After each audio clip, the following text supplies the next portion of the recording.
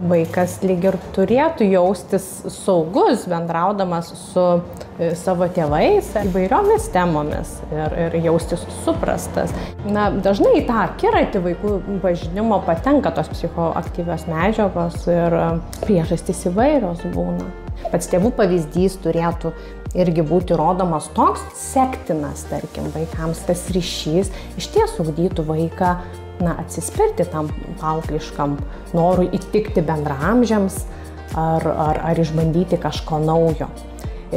Šiaip tas noras vieną kartą išbandyti, toks vienkartinis, jis yra normalus ir natūralus. Atkreipti dėmesį reikėtų į tuos atvejus, kurie jau nelaikytini vienkartiniais, kai vaikas galbūt net nesuvokia, kokios galimos tos pasekmės dėl savo nebrandumo.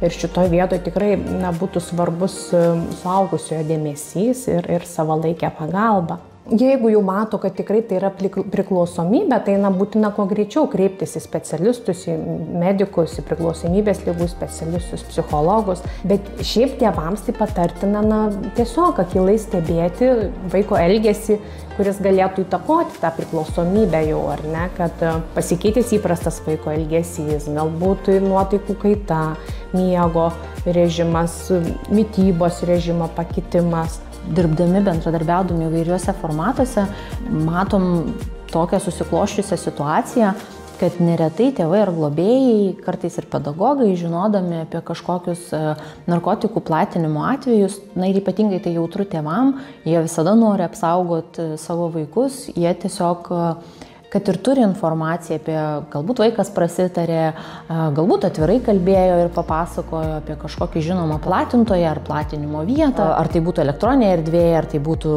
kažkur realiai, fiziškai platinama, tai tiesiog yra bijoma pranešti policijai, nes tėvai globėjai nežino, ar vaikas nebus įtrauktas irgi į tam tikras procedūras ir ar jam nekils kažkokių pasekmių. Dėl tokių priežasčių buvo policijos įkurta anoniminė telefono linija, kurią paskambinus darbo dienomis nuo 7 iki 20 valandos galima pranešti apie žinomus narkotinių medžiagų platinimo atvejus ir ten tos asmeninės informacijos galima visiškai neteikti arba galima teikti tik tiek, kiek jūs pats norite. Taip padėsit policijai sužinoti papildomus galbūt arba tą informaciją panaudoti prie kitų jau vykstančių tyrimų ir taip kovoti su pasiūla.